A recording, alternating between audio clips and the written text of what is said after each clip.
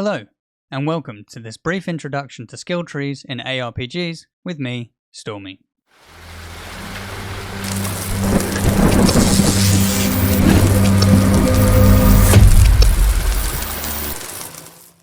So here's a rundown of skill trees in aRPG's. So, what is a skill tree? What is a talent tree? What is a passive tree? Sometimes these are referred to as the same thing, and it can be quite confusing. Let's start with Diablo 2.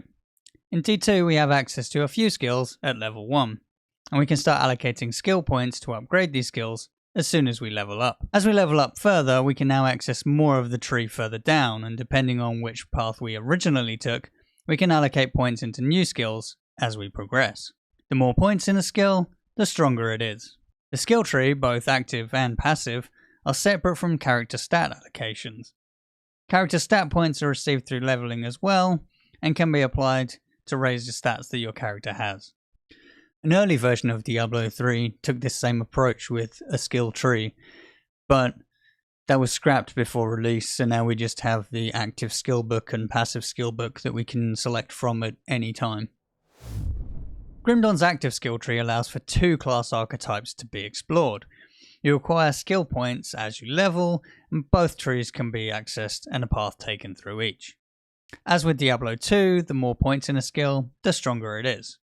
Allocating some points early on allows you to unlock different parts of the tree in later levels. Grim Dawn also has character stat point allocations.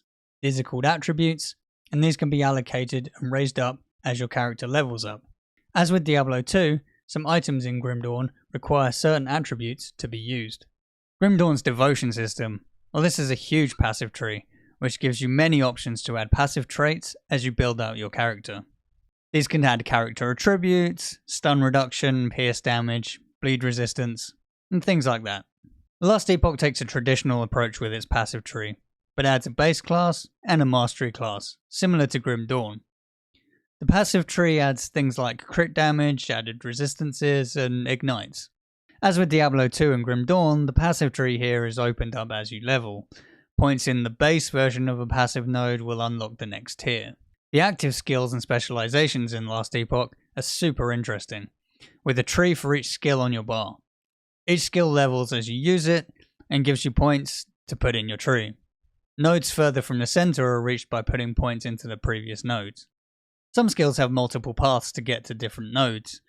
These nodes really modify the skill that you're using. One big fireball, multiple fireballs, move speed after casting, these sorts of things.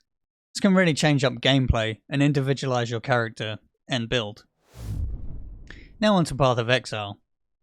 In Path of Exile we don't have an active skill tree like the other games. What we do have here is skill gems, both active and passive, and support gems.